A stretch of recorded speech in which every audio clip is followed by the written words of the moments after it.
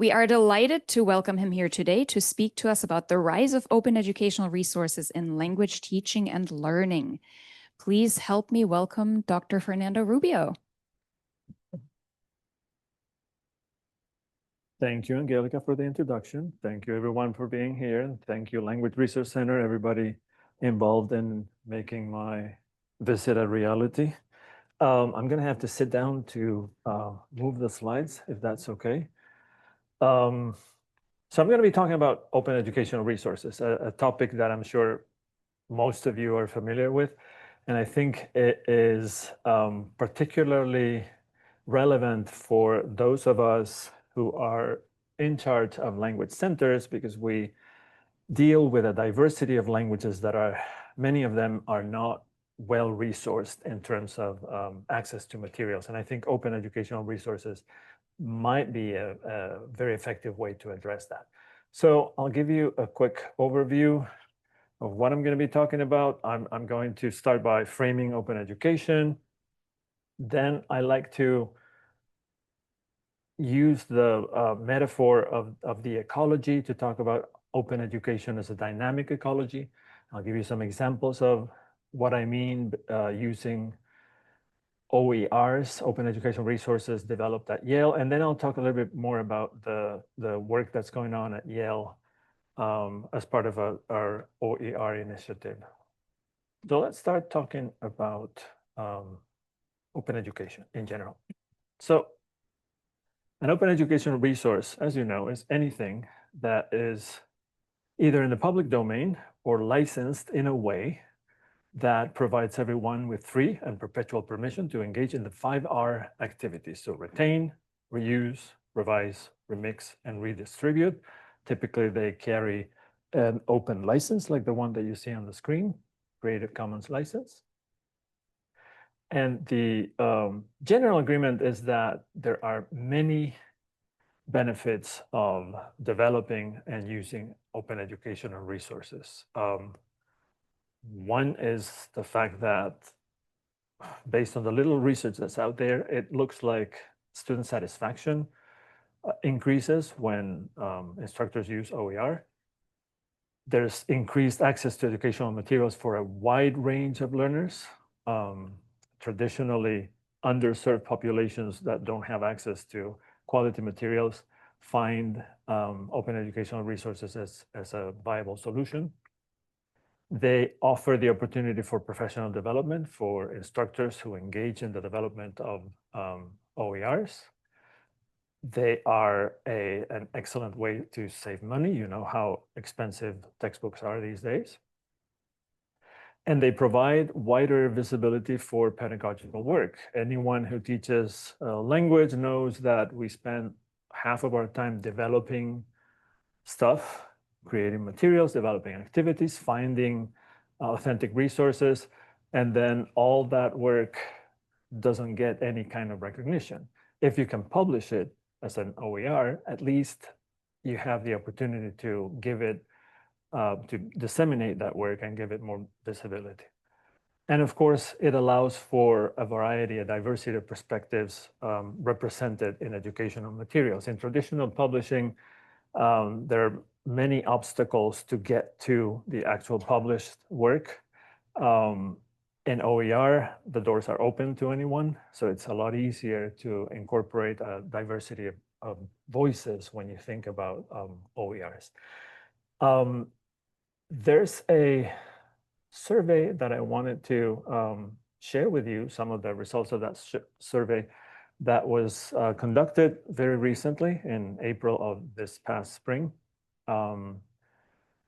published by Bayview Analytics. And it's a report on the use of digital resources in higher education, including, but not exclusively, including OER. And the report was funded by the Hewlett Foundation. And as I said, the survey collected responses in April of 2025 from more than 3,000 faculty and administrators. And I thought some of the results of the survey would be interesting to frame our discussion today. So this is what people said when they were asked what type of textbook format they require in their class by year. So as you can see, and the light blue is print only, the whatever that is red is both print and digital. And on the right side, it's digital only. As you can see, 2021, 2022, which is when we were just starting to come out of the pandemic, there's a lot of emphasis on digital textbooks, logically. And then that went down a little the following year, probably because people were tired of using digital everything and being in front of a computer screen 24/7. So it went down to 17%, but then it recovered and went back to basically the same level as it was during the pandemic. So in 24-25, 29% of instructors required digital-only textbooks, and 61% required both. Notice that there's only 10% of instructors that require print-only textbooks. So the digital textbook is there and it's being used. This is across disciplines, it's not just languages. Another interesting question was how they rate the format, the quality of the curriculum that comes with the different formats. So as you can see, print only gets the lowest rating. There's not a huge difference, 76% compared to 80% for digital only. But it's interesting that most people who use digital textbooks think that the quality of the curriculum that they offer is pretty good. They also asked how aware faculty are of OER.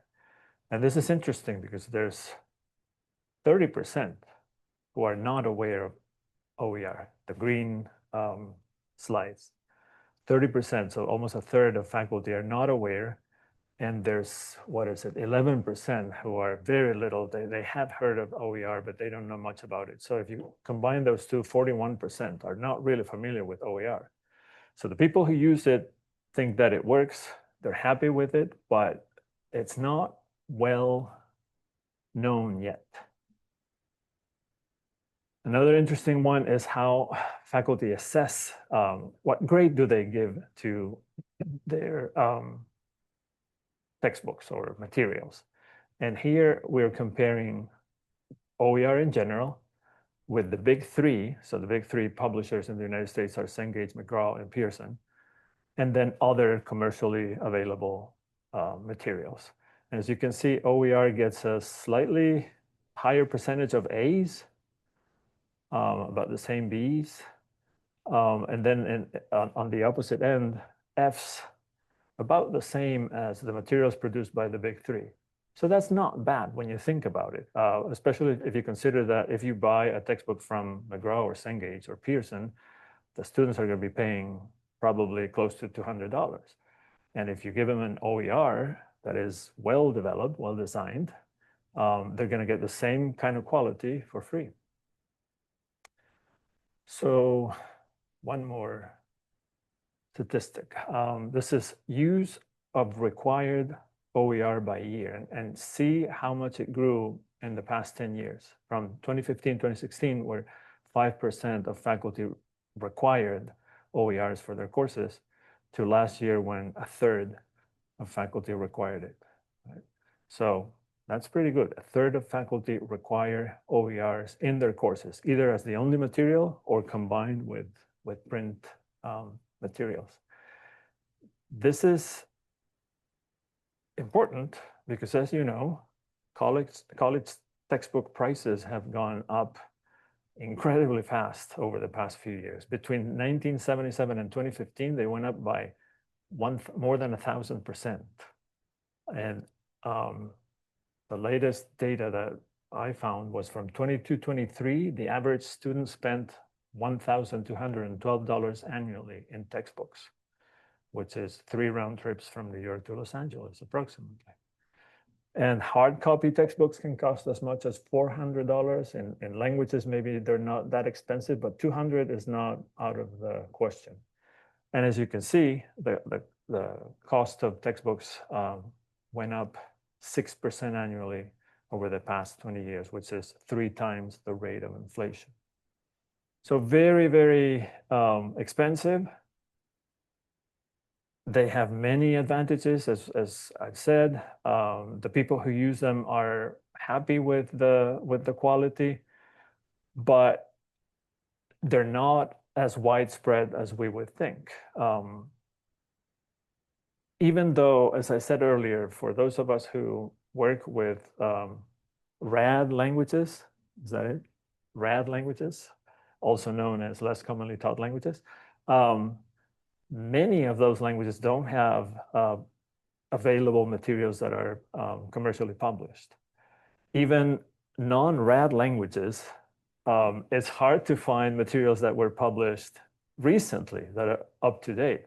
I did a quick survey of the languages that we teach at Yale, and only about 10% of the languages that we teach at Yale have textbooks that have been published in the past 5 years, right? So if you eliminate the most widely taught languages, the 2 or 3 most widely taught, for the rest of them, you either don't find anything commercially available, or what you find was published in the 90s, right?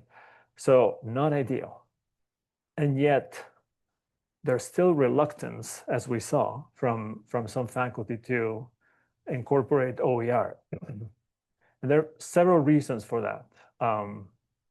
There's lack of research that shows the benefits and the challenges of using OER in second language learning.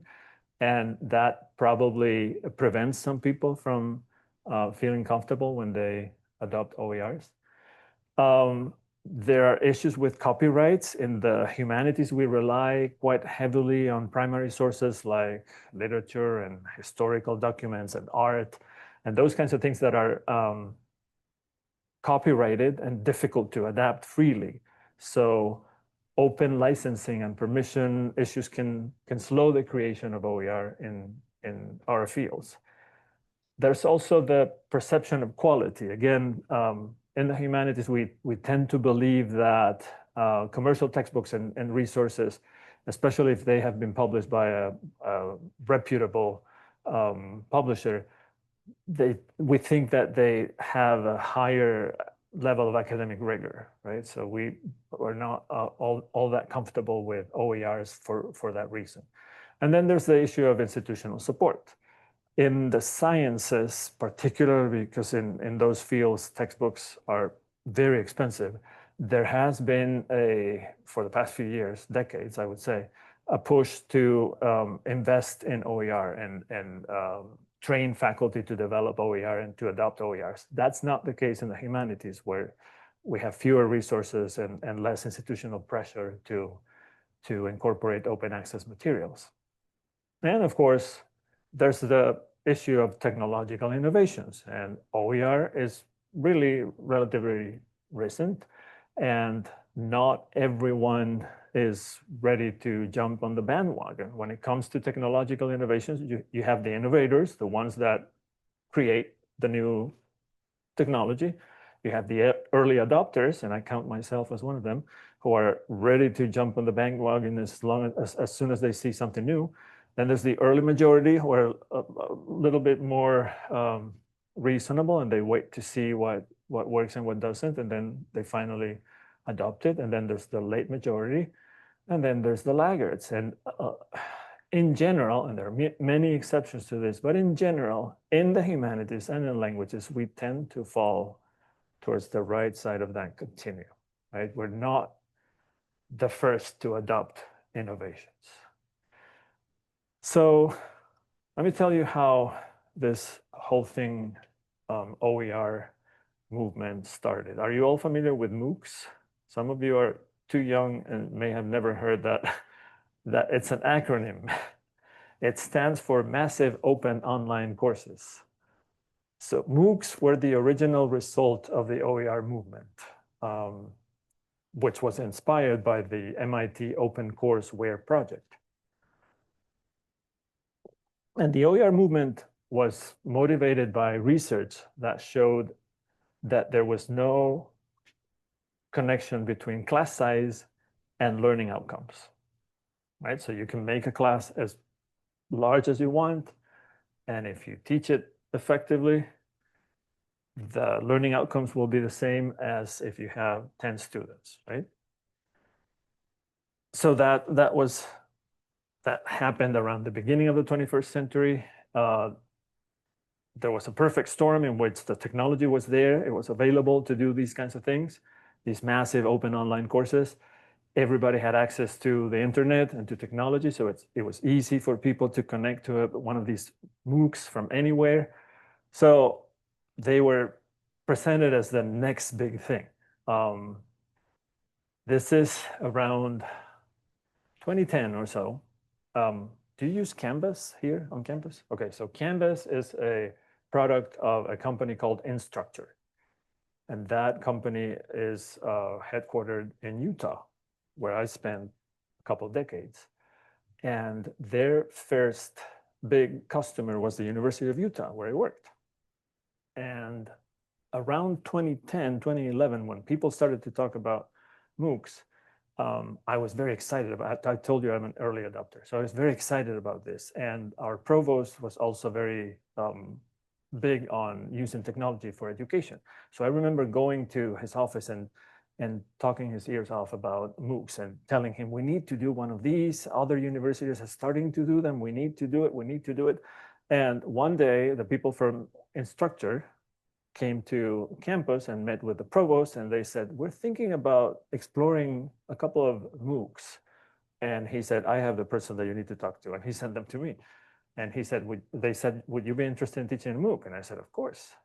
Give me the funding and I'll do it. So they gave me the funding, and I taught a MOOC in 2013, which was, to my knowledge, the first language MOOC ever taught in the United States, maybe anywhere, I don't know.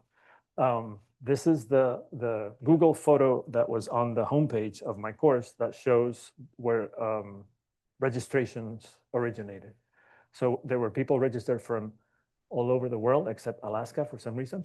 I think we capped it at 500. So I had 500 students in this course. It was a course on Spanish pronunciation.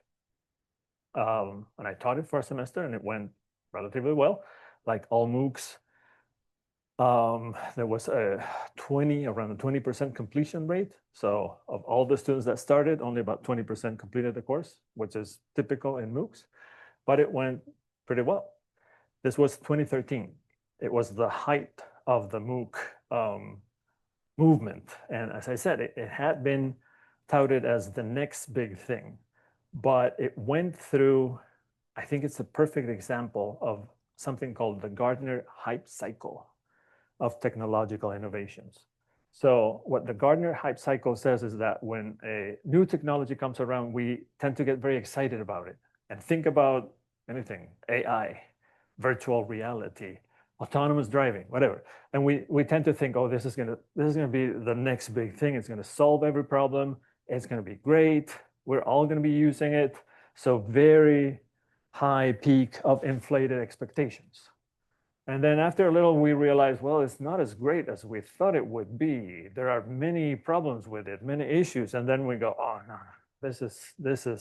no, it's not going to work. So we fall into this trough of disillusionment and we abandon that idea. And then slowly that new innovation starts to find its niche and find its place, and it reaches what's called the plateau of productivity. And that's what happened with MOOCs, I think. So this is 2013. These are headlines from some newspapers and publications. The New York Times declared 2013 the year of the MOOC. That's when I taught my MOOC. I was so proud.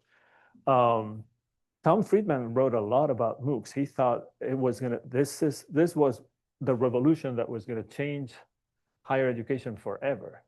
In fact, it was going to be the end of higher education, because why would you register for a course at Cornell when Cornell faculty will be teaching thousands of students online from their office, and anyone from anywhere could connect to those lectures and take a class, right? So it was going to revolutionize higher education. It was the most important education technology in 200 years. And this is MIT Technology Review. people know what they're talking about. And they call it the most important educational technology in 200 years. It was going to knock down campus walls. This is 2013, the peak of inflated expectations. And then in 2014, Wired Campus says 2014, the year the media stopped caring about MOOCs. So a year later, nobody cared about MOOCs, right?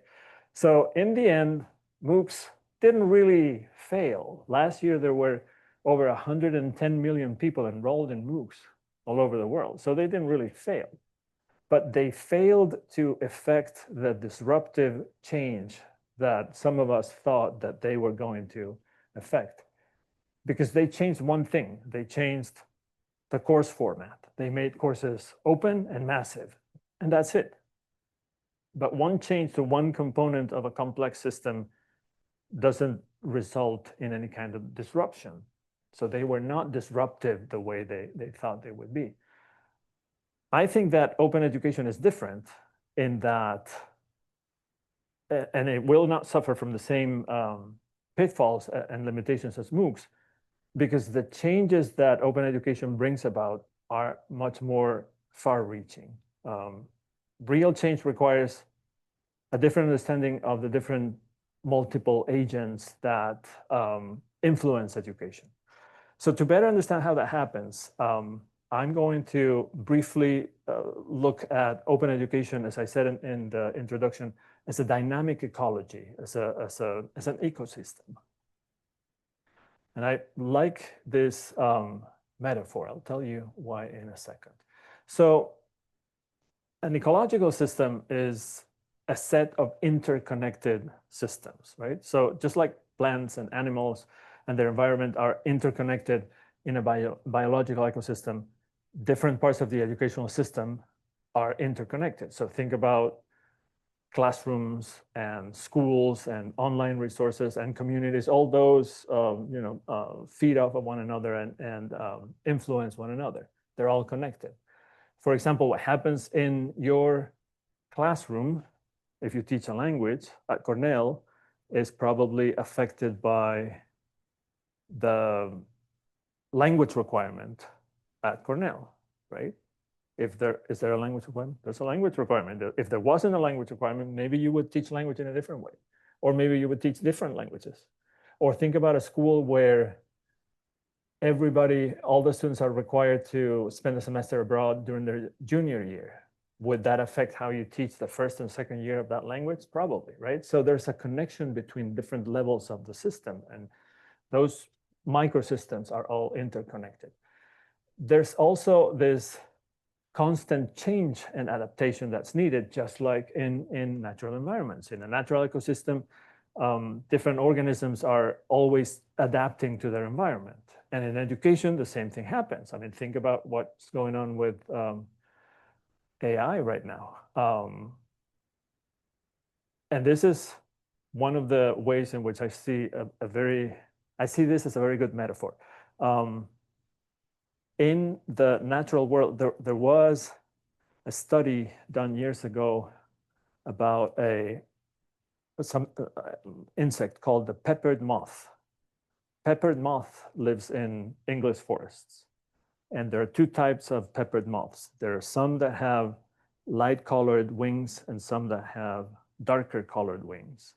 And traditionally, they live in forests and they eat whatever it is that they eat. But the lighter colored pepper moths are harder to find because the leaves are basically the same color as their wings, so their predators can't see them, and that's how they survive.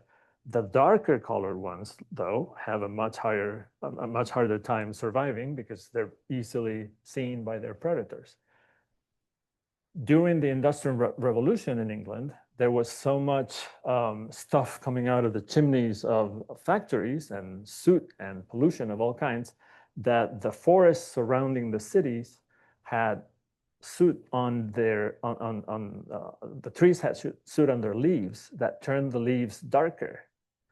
So all of a sudden, the darker colored peppered moths had an advantage for survival over their lighter colored peers, right? So the animal had to adapt, and where previously one kind survived better than the other, now it was the opposite, and they had to adapt to be able to survive. That's what's happening right now with AI. Is AI going to replace the teacher?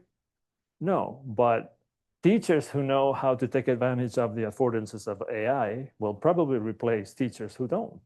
So in education, just like in an ecological biological system, we have to be able to constantly change and adapt. And of course, balance and growth. Now, all those different systems within the ecology have to be working in balance, and when one suffers, the other one has to react.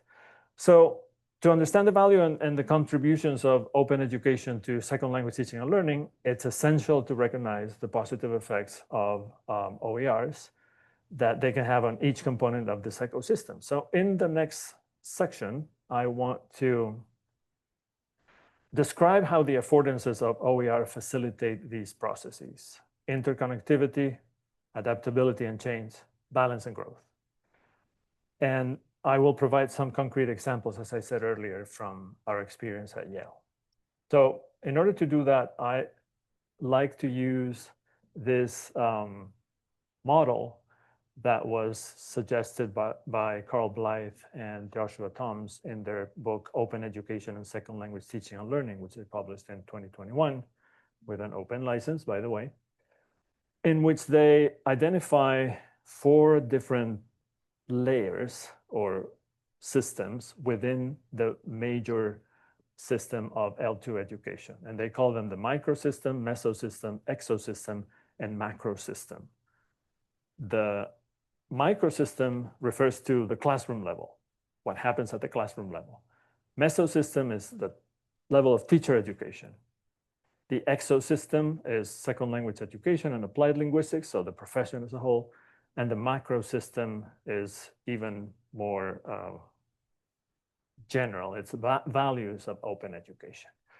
So here I'm going to focus on the first 3: microsystem, mesosystem, and exosystem. So I'll briefly go over each of them and illustrate its importance in the ecosystem with some examples from OER, from Yale OER. So the microsystem, the first one, as I said, is what happens is the classroom, is the immediate classroom environment and the direct interactions between learners and teachers. And here it's important to emphasize adaptability within that ecological system and interconnectivity. So why are OERs important in this microsystem? Because they can be adapted to the needs of the learners, and because they facilitate collaboration and learner agency. So I want to show you an example of that from a book published by a colleague of mine, German language program director at Yale, Teresa Schenker. And the title of the book in English would be something like Roots and Roots, something like that. Correct me if I'm wrong. Angelica, is that okay? All right. Yeah, so roots like the plants and roots like the roads. So let me show you the book real quick, if I can. Yes, there it is. Okay. So this is the landing page. I'm going to see if I can move around with this. Ooh, too fast. So this is the landing page. Creative Commons license, as you can see there. If you click on read the book, takes you to, this is the first module. You can see the contents of the book. It's organized into, I think it's 4 modules. 4 modules. This is the first one, and you can see the topics that it covers. Second one here. Again, these are all units within the module. I'm going to look at this one, which is mental health, a unit on mental health, which is part of this textbook. And look at how it's organized. So it has some questions for partner practice. It has a lot of authentic materials. Everything in the book is are authentic materials. So there are articles. When there's difficult vocabulary, you can click on it and it gives you a gloss. Authentic visuals, charts, other things.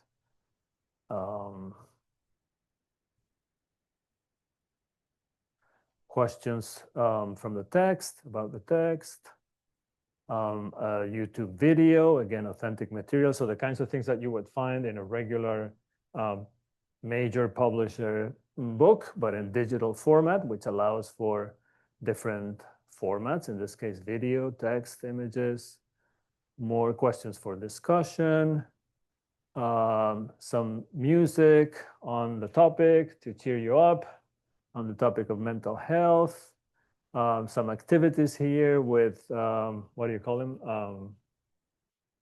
Flashcards, thank you. Flashcards where you can practice and see if you got it right or wrong. Yes, I got it right, etc. So it has all the characteristics of a book published by a major publisher, but it's free and it's open. So why is this important in terms of the adaptation at the classroom level? Well, how many textbooks do you know that include a unit on mental health? I don't know of any. And you know what? Because that's an issue that became important very recently. And if your textbook that you use was published in 2015, mental health was not an issue then. It probably became an issue after the pandemic for most American students. So if you publish an open educational resource, you have the flexibility to respond to the needs and interests of your students much more easily than you do when you're using a regular published material, right? And if you don't, if for whatever reason, if there's another topic that is of particular interest to your students, you can create a unit specifically on that. And if there's a unit here that you don't like, you can delete it. You can take this book and clone it. You can adapt it to your needs. You can change whatever you want. You can add whatever you want. And you can have your students propose topics that will become units for this textbook. So that's the idea of collaboration between teachers and students. That's the idea of engagement. That's the idea of flexibility and adaptation. These are the things that are important at that level of the microsystem. Okay, so that's an example of how an OER can do that. A traditional print published book wouldn't be able to do that. Let me get out of that. Okay, perfect. The next system is the mesosystem. As I mentioned, this is a higher level above the classroom. So this is interactions between the teacher, the classroom, and teacher education. So what do we do? How does open education facilitate work at this level? So first, we provide pre-service and in-service teachers with the tools that they need to develop and adapt open materials. And then we encourage collaboration and sharing across institutions. So let me give you an example of how we did that, if I can, with one of the projects at the university, one of the projects at Yale, as part of the Yale OER project. This is a course that was developed by a colleague in Spanish, Rosa Maria Leon, and the course is designed around objects that you can find in the Yale Art Gallery. She's big on teaching with art, and she had been developing courses around that topic for years. And when we came up with this OER initiative, I said to her, why don't you think about publishing an OER, taking all those materials that you've developed over the years and putting it together into a model that is useful for other people outside and beyond your classroom. So she created this OER. Okay.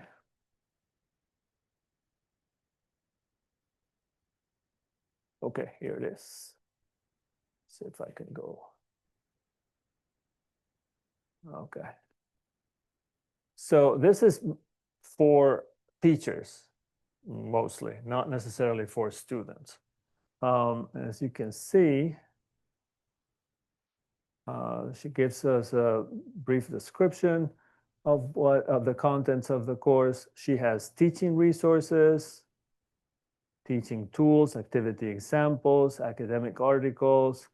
She has some tools for collaboration that I'm going to show you in a minute, and she has exploration tools there too. So let me look at collaboration real quick, because that's what I wanted to emphasize. So if you're a teacher, she gives you lots of activities here that you can implement in your classroom, but she also gives you the ability to make a suggestion. So if you see an activity that she developed and you think that you could do something else with it, or you have some changes that you would like to suggest, you can go here. There's a form where you enter your suggestions, you submit it to her, she changes it. She can change it on the site. Or you can share an activity and get it published, get it included in the OER. And she has an activity template that you can go to. This is what it looks like. And she has instructions for sharing. I think she has a QR code there somewhere that you can just, there it is, that you can just point to, go to the template and use that template to suggest an activity that will then be included in the course. So again, the affordances of the OER promote that interconnectivity, instructors working together with other instructors, that co-creation and adaptability. You can take the activities and change them. You can provide new activities, and that opportunity for growth that will benefit the ecosystem and will trickle down to the classroom, to the students' experience. All right. So finally, the exosystem, which is, again, a level above. This has to do with how OER affects and benefits the profession, the language teaching profession as a whole. And one way in which we do that is by providing open access journals and the ability to disseminate research. The book that I showed you a minute ago is an open book with an open license. It's freely available to everyone. So that's one way to disseminate research. There are multiple journals that are open access as well. These are just a couple of examples, but there are many more. So this is something that didn't used to be the case before the open education movement. If you wanted to be on top of the research on a particular field, you have to pay or have access to a library where you could have access to those materials. Now, a lot of them are open. And then another way in which we can have an impact on the profession as a whole is through open educational resource repositories and resource development. And I wanted to show you another example from the Yale OER initiative. And this is a repository of language teaching and learning modules that was built by a group of instructors in different languages at Yale that work with heritage learners. So they saw that there was a need in the profession for materials for heritage courses. They realized that there was a lot in common regardless of the language that you teach. And they worked together to develop this repository. And I'm going to show you right now. So this is the welcome page. It describes, where am I? Here. It describes the project briefly. You can see the developers right there. They represent Arabic, Chinese, Korean, and Hindi.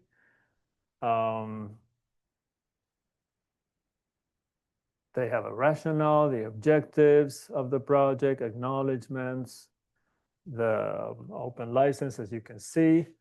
And then if you go to the top, these are some of the topics that they cover. So arts, childhood, family, films, food, identity, immigration, literature, media, travel, intercultural exchange, etc.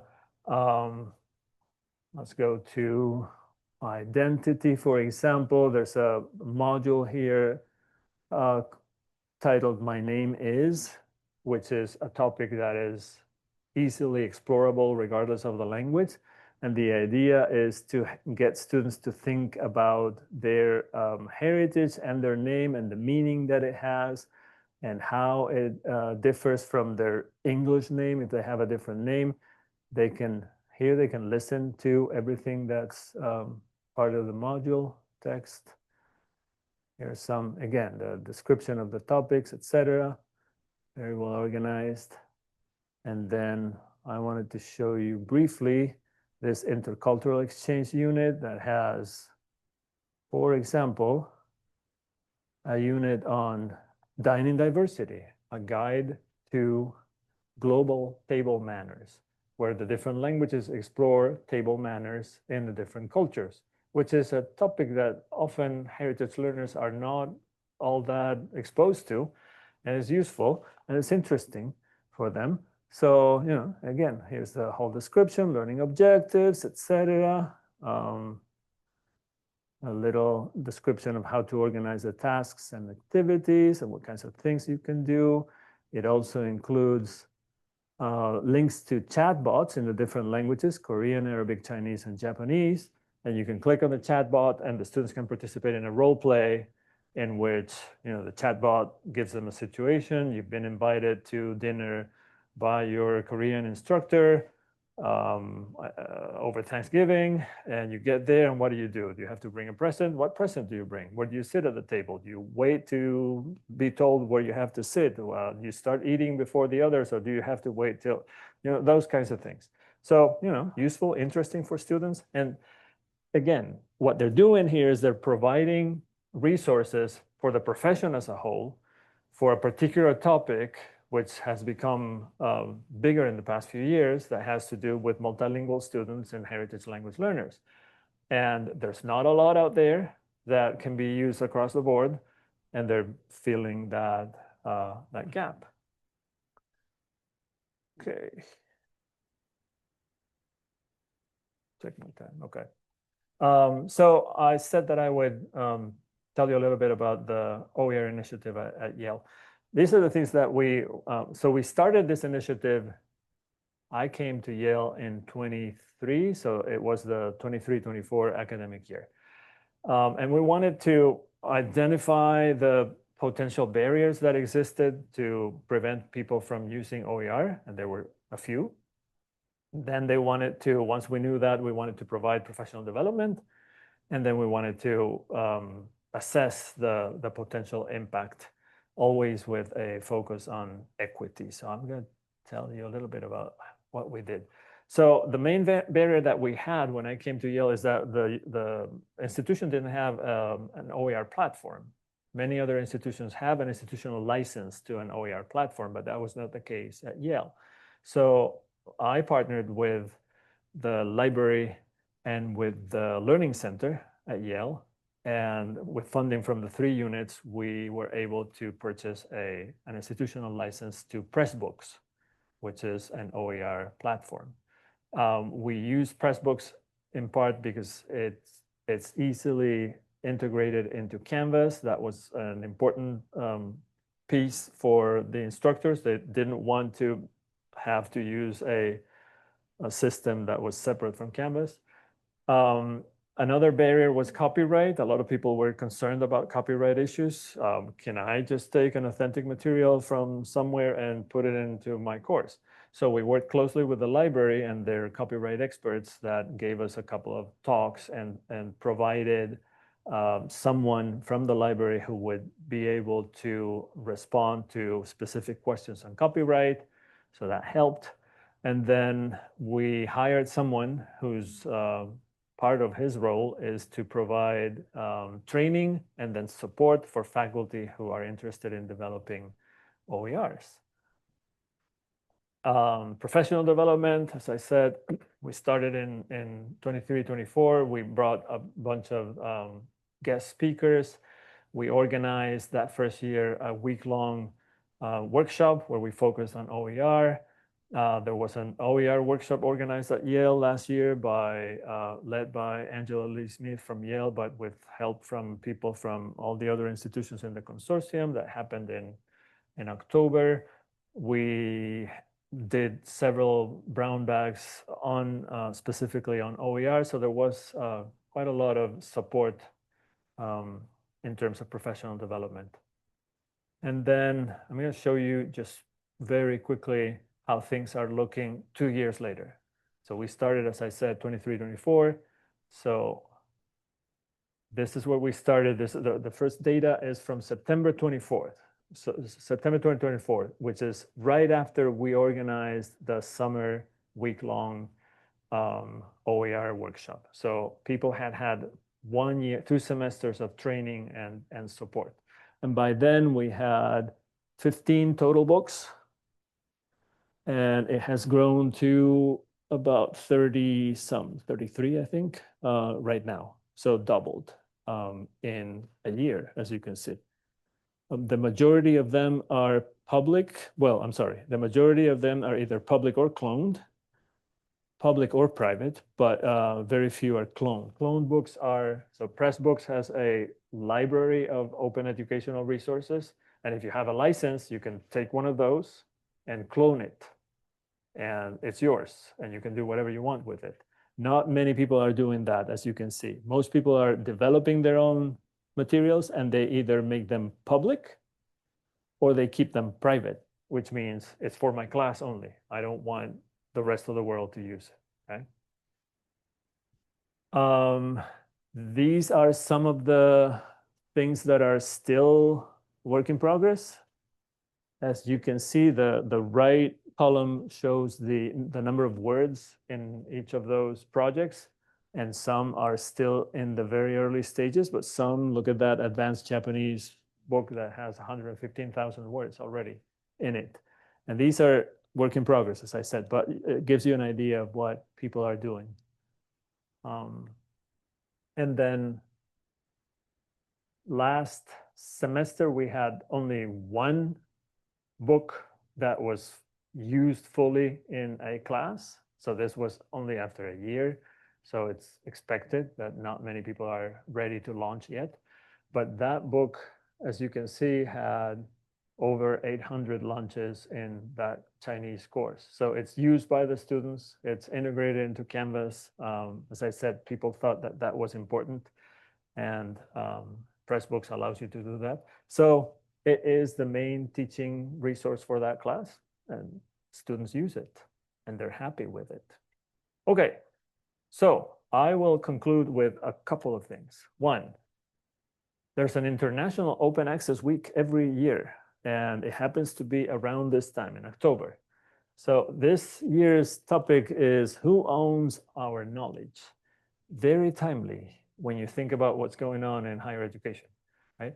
And how can open education have a say in how we can reassert control over the knowledge that we produce, right? It's very interesting. If you go to this, I'm not going to go to that page now because we don't have time, but if you go to that page, you can read all the information about the week in something like 25 languages. It's fun.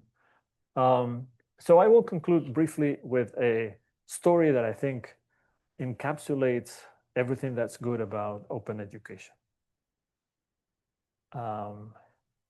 This story starts in 2016 in Kabul, in Afghanistan.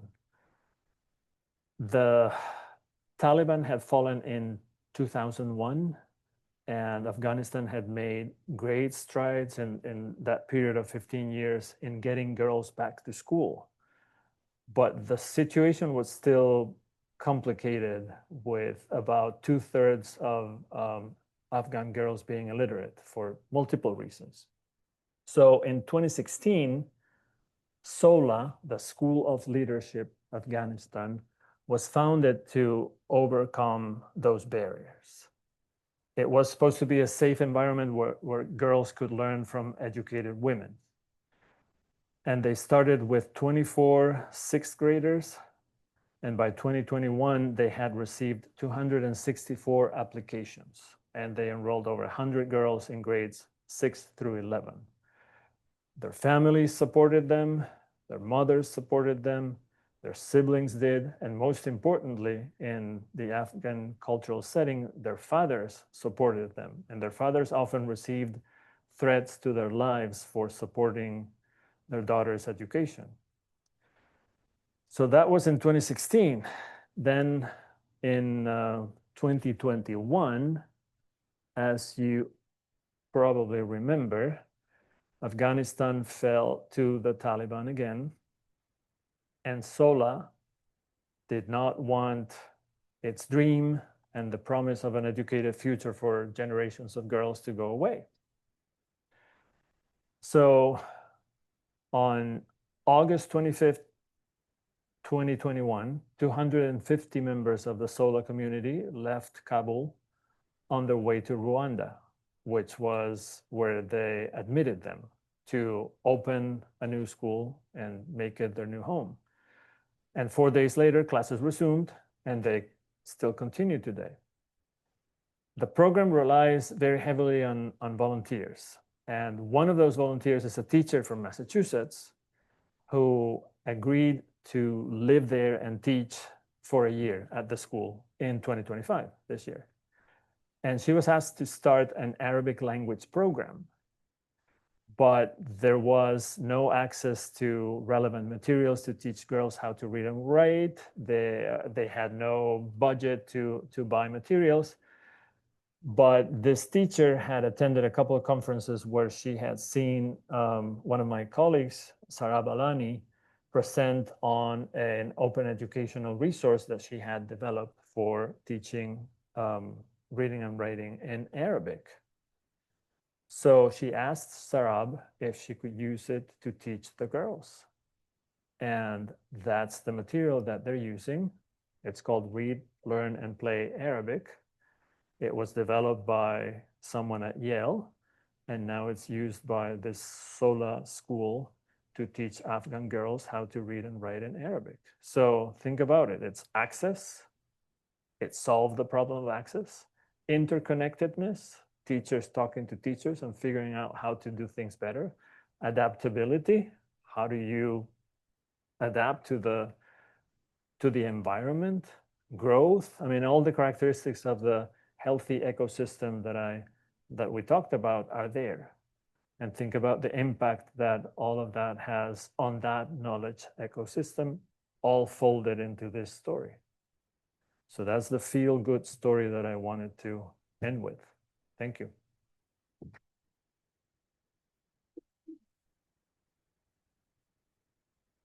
Well, thank you, Fernando, and thank you for ending on such a wonderful note. Languages connect, languages are important. I think this is exactly a perfect example. And I wish more people would realize that. But here we are, we do our work every day. I would like to take a couple of moments here for questions. Yes. Thank you, Fernando, for the presentation. I had two questions that I'll just ask and you can answer however you like. The first one is you talked about, and rightfully so, about the prices of textbooks and how expensive language textbooks are. But there are also programs now, like in Cornell, that we have CAMP, the Course Accessibility, Cornell Accessibility Materials Program. So for a flat rate, the students enrolled can get all their textbooks online. I mean, it's pretty affordable. And how do you think that affects the fostering the use of OER now that textbooks are made accessible, really? And the other question was about the beautiful OER examples that you showed. And did those people have to, who's building the website? Who's putting the materials online? Because I do know how to develop materials, but I don't know how to build that. So is there an IT person in the background? Yeah. Yeah. Thank you. Okay. Thank you, Macarena. I'll start with the second question, so that I don't forget. As I mentioned, we hired someone whose role, part of his role, is to support faculty who are interested in developing OERs.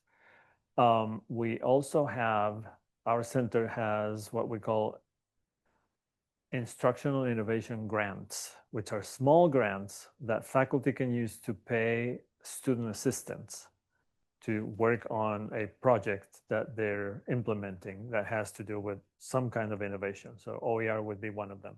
So a lot of the faculty who developed these materials had students who did a lot of the mechanical, more boring work of uploading stuff and typing and creating types of activities. It's relatively easy. I mean, the platform Pressbooks is quite easy to use. So there's not a big, it doesn't require a lot of technological expertise, but having that ability to hire students to help you facilitates the process because it saves you time. So that's the answer to that. The other one, the fact that major publishers are looking for that type of strategy that you described tells you that they're concerned that their business model is not working anymore. I mean, and this is coming from someone who published a couple of textbooks with major traditional publishers. It's a nightmare to publish with a traditional publisher. It takes, I mean, the second textbook that I published took 9 years from inception idea to the actual product being available. It's not a good model. It's not a good model, and it's inflexible, and it's expensive. And the publishers are realizing that that's the case, and they're trying to figure out ways to die a slow death. But I'm sorry, but that's what's going to happen. I mean, there will be maybe 1 or 2 traditional publishers left, and in the case of languages, they may publish in 2 or 3 languages, but that's it.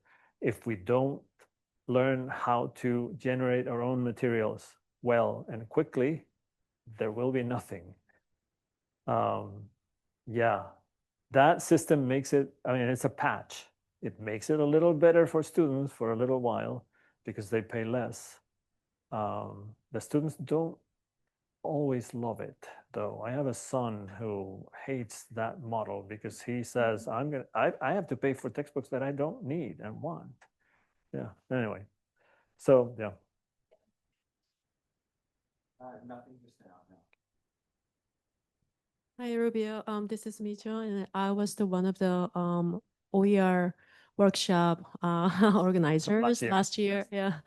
So at the workshop, then we collected some materials that were created by many good teachers from different institutions, and we were wondering that how we can like put all those materials on the repositories that we can share. But Yale has a very good system that you have many things upload there, and then they can be used as institutionally. You can use them. But do you encourage other institutions to create those kind of their own OER repository on their own institution, or do you encourage inter-institutional collaboration? And then where should we have that repositories that we can share? Mm-hmm. So that is a problem, because even if you have open OER resources, but if there's no a platform that can be advertised and we can share, then it's just be there, but no one's using, only me, right?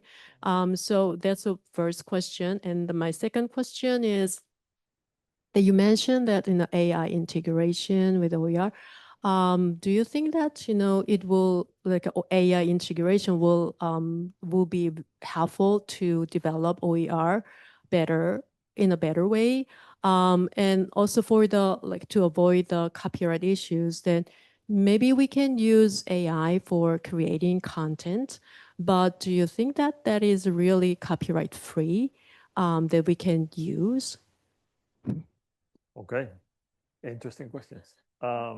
Question number one has to do with sharing resources, right? Open educational resources, and finding a way to basically not duplicate efforts, right? So what you do at Cornell, you do here, and why would someone at Columbia be working on basically the same thing if you already did it, right?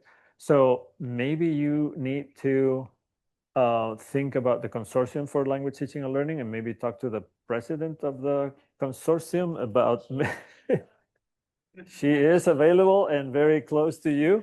And maybe that would be a good initiative for a consortium of Ivy League universities to join efforts and provide a central repository for curated OERs developed by faculty at the different institutions, and use that as a perfect excuse to have faculty from different institutions collaborate even more, like you guys did when you organized that workshop last year.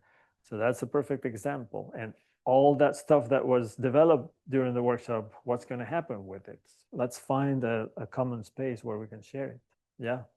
So that might be an option. I'm just saying.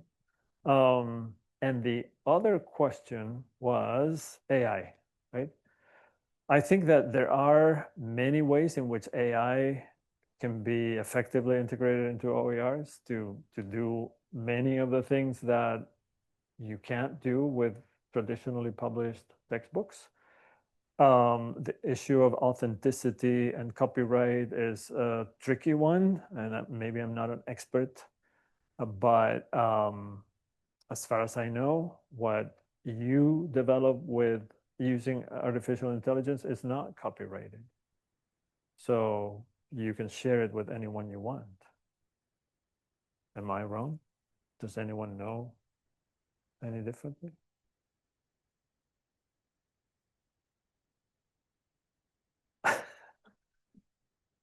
We'll get that verified. All right. Yeah, I'm not sure.